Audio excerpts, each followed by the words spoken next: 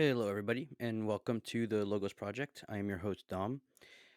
In today's episode, I'm going to be doing announcements and recaps, and I'm going to share with you what to expect for the future of this channel. So, this is our first YouTube video, so big step forward for us here at the Logos Project.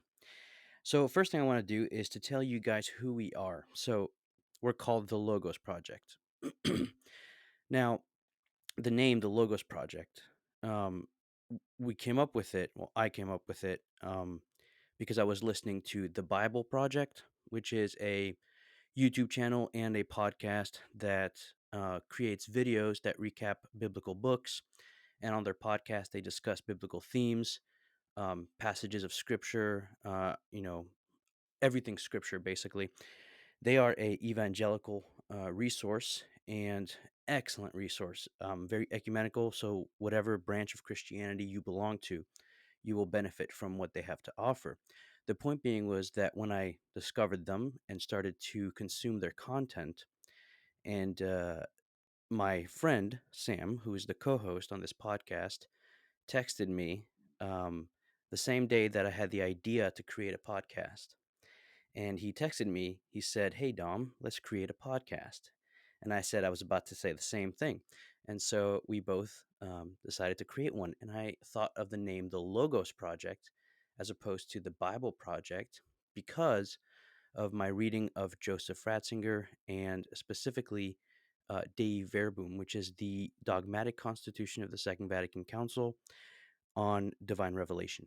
And in it, as well as in the writings of Joseph Ratzinger, he explains that divine revelation, right? There's a debate over what are the sources of divine revelation, scripture and tradition, question mark. In it, he explains in his works that divine revelation is a person, it's the person of Jesus Christ, and scripture and tradition are as if the mirrors in which we see divine revelation, which is Jesus Christ. And so, as you know, the beginning of the Gospel of John begins with "In the beginning, the Word was." In the beginning, the Word was with God, and the Word was God. And it continues. I think it's verse 7 or 14 that it says, "And the Word was made flesh." In other words, Christ is the Word, and the word in Greek is logos. Now, that term has so many different implications, as I'm sure you know. And so, because the Bible Project called itself the Bible Project because they focus on Scripture, I thought we're going to be taking a step back and thinking about presuppositions, theology, tradition, magisterium, different denominations, different theological schools. And so, at the center of it all really is Jesus Christ Himself. And we find Christ in Scripture. And so that's why I decided to call the show the Logos Project. So that's just the background. What do we talk about? Well, we talk about culture. Um, we talk mostly about theology, but we talk about culture because theology and culture are connected, as well as philosophy. We're Catholic here, and so our our subject matters are Catholic theology, Catholic philosophy, and Catholic tradition. But we are aware, at least we try to be as much as we can, of other traditions and to dialogue and speak with them and learn from each other without making truth relative, of course. So, yeah, tune in, check out our episodes. We have some content on culture, on philosophy, and theology, mostly theology. And one of the great minds behind most of our work here, and I'm not even going to mention Aquinas because that's a given. Aquinas is behind all of this. But one of the main minds behind most of the work here is Joseph Ratzinger, who became Pope Benedict XVI. And so we rely heavily on his writings and teachings because I really enjoy them. I learn immensely from them, and yeah, just my temperament is catered towards his style, if that makes sense. So I hope you can learn from that. Check out our episodes with several theologians and philosophers. We've had several people on the show, Dr. Declue, um, and we've had Dr. Minard. Let's see, Dr. Triffitt. Um, I'm forgetting others, but we've had several. Dr. Larry Chapp, who's his work is fascinating. And reading his blog, strongly recommend if you want to check out his blog, God You Met Spes 22. And he really taps into the theological and cultural issues much more so than the philosophy, although he has that too. And so I had him on the show, and that was a great episode. I think it's the most popular one. So my co-host is Sam.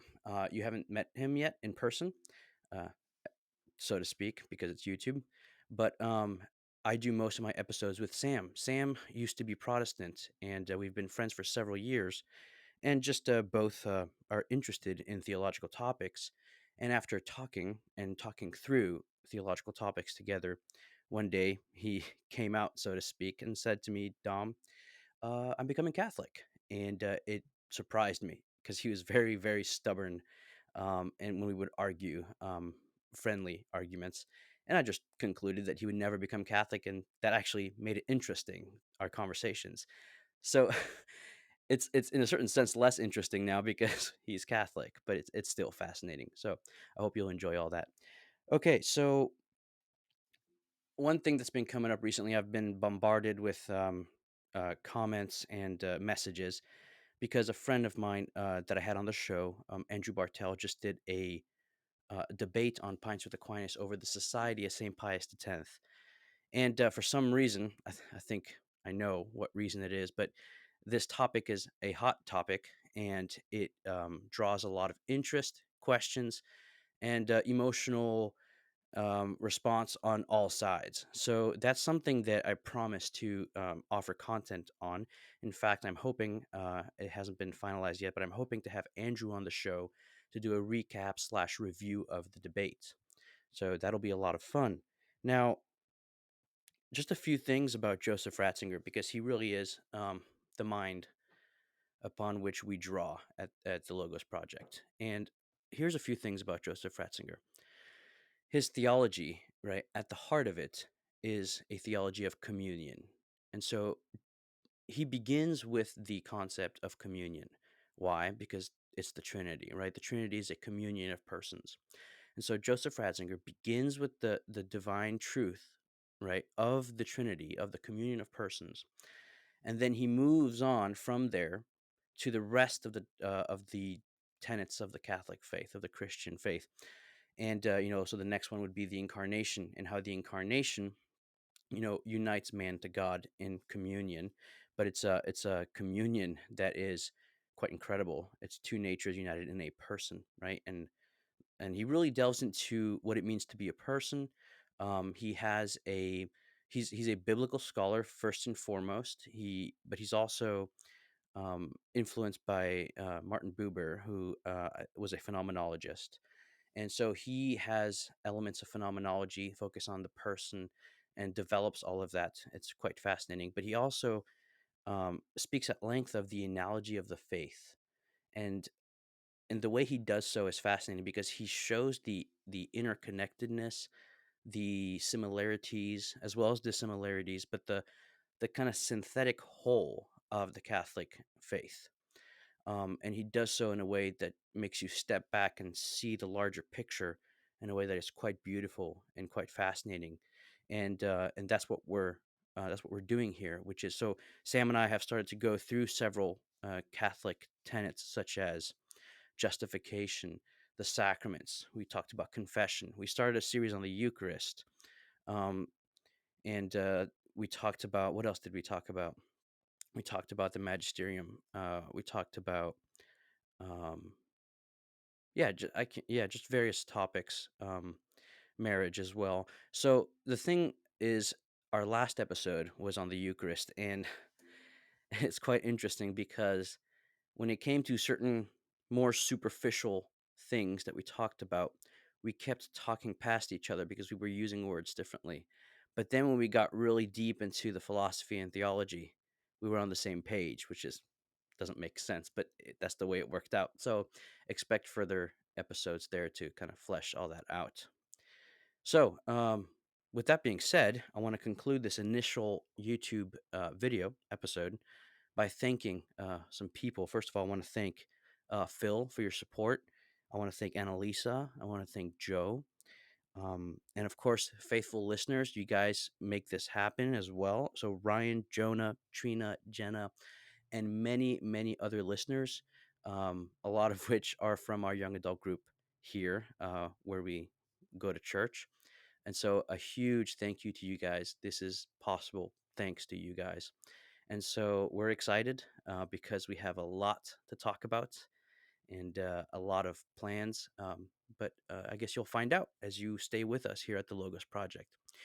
So, with that big thank you, and with that kind of recap of what we're about here, we want to thank you for your support. And please like, subscribe, leave a comment in the comment box.